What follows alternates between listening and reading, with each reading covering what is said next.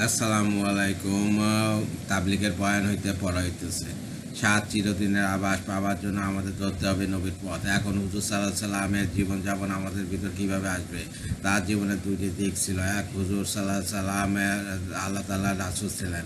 দুই, তিনি ছিলেন শেষ নবী। তারপর আর কোনো নবী আসবে না। অন্যান্য নবীদের সাথে উম্মতের সম্পর্ক ছিল মাত্র একটা, কিন্তু আমাদের সাথে নবী সাল্লাহ সাল্লামের দুটো সম্পর্ক। পবিত্র কালেমা তাইবার দুটো অংশ, চারটে বিশ্বাস, চারটে পাঠ ও বা জ্ঞান রইয়াছে, আর চারটে হচ্ছে তার চাওয়া। কেউ কিছু করতে পারে না আরস মল্লা তাওস্তাস ছাড়া পর্যন্ত। যা কিছু সৃষ্টি হয়েছে তার কিছু কোনো ক্ষমতা নেই যে কেউ কাউকে জীবন মরণ ইজ্জত দেয় বা অপমান করে, রুজি দেয় বা রুজি ছিনিয়ে নেয়। এটা হচ্ছে লা ইলাহা ইল্লাল্লাহর বিশ্বাস।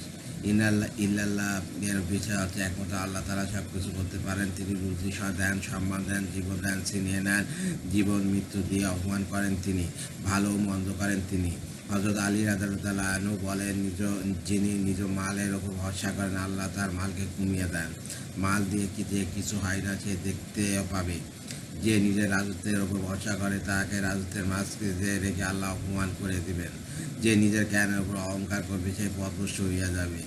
আমি সব কিছু জানি, বেশি জানি, সবচেয়ে ভালো জানি, এমন অবস্থা যখন একজন আলেমের, তখন সে গোমরাহ হয়ে যাবে।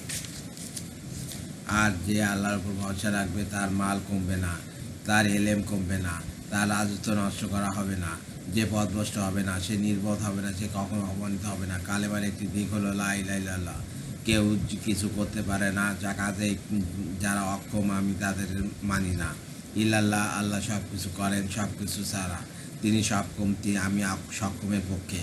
আমি আল্লাহ মোহাম্মদুর রসুল্লাহ, মোহাম্মদ আল্লাহ রসুল, এই অংশটুকু জাহির বা প্রকাশিত।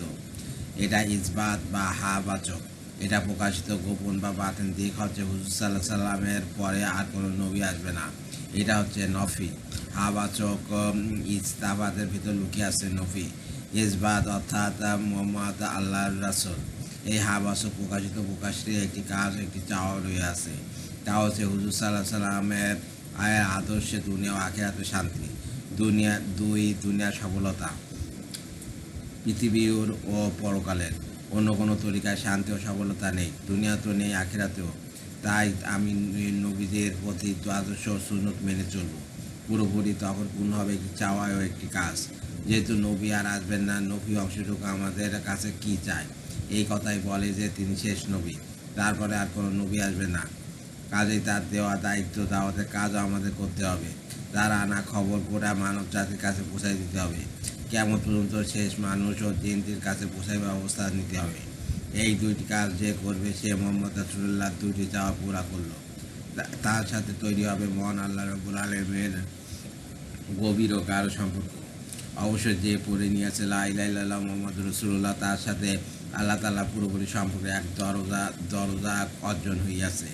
হয়তো সে চোর, জুয়ারি, মদবোধ, সুদখোর, তবু কালেমার কারণে সে প্রথম দরজায় বসে আছে।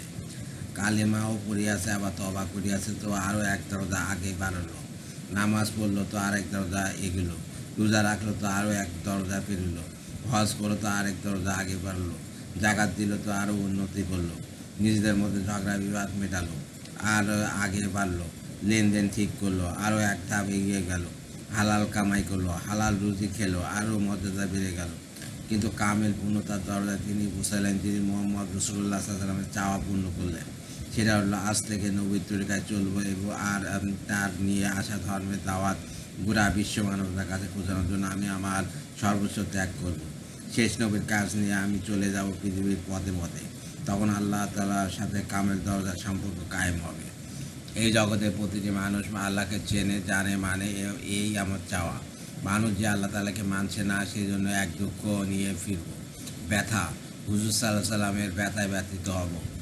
একজন মানুষের মঙ্গল আকাঙ্ক্ষায় আমি থাকবো অস্থির।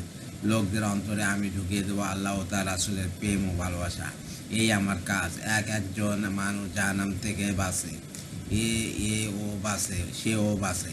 প্রত্যেকে মুক্তি পায়। এই ব্যথা নিজের বুকে নিয়ে মানুষের দুয়ারে ঘুরতে থাকবো। আরে ভাই, আমরা এই দুনিয়াতে দেখি ময়লা কাপড় ফেলে দেয় পরিষ্কার কাপড় পরার জন্য, ময়লা চাদর বিছানা থেকে সরাই নতুন চাদর বিছানার জন্য। অপরিষ্কার পাত্রে খাবার খায় না, দুর্গন্ধময় পাত্রে পান করে না, নোংরা ঘর ঝাড়ু দেয়, পানি দিয়ে ধুয়ে ফেলে। আজ ভাই আল্লাহ থেকে বিচ্ছিন্ন সৃষ্টি বস্তুর ভুল বিশ্বাস ও ভালোবাসায় করে পড়া মানুষের মন ময়লা, দুর্গন্ধ, নোংরা ও অপরিষ্কার। সেই অন্তরকে দাওয়াত দিয়ে ছুপে ধুয়ে সাফ করি। আল্লাহ সেই পরিষ্কার অন্তরে আসবেন, কায়েম হবে বান্দার সাথে আল্লাহর গভীর কারো পবিত্র সম্পর্ক। আল্লাহর সাথে কামিল তাওয়াক্কুল বা পুরোপুরি সম্পর্ক কখন কায়েম হবে? যখন দুই দায়িত্ব আমি পালন করব। এক, নবুয়াতকে স্বীকার করা। দুই, খতমে নবুয়াতের থেকে আসার দায়িত্ব পালন করা। নিজে দায়িত্ব দিনের ওপর চলবো আর তার পোষা নিয়ে সারা দুনিয়ায় ছড়িয়ে পড়ব।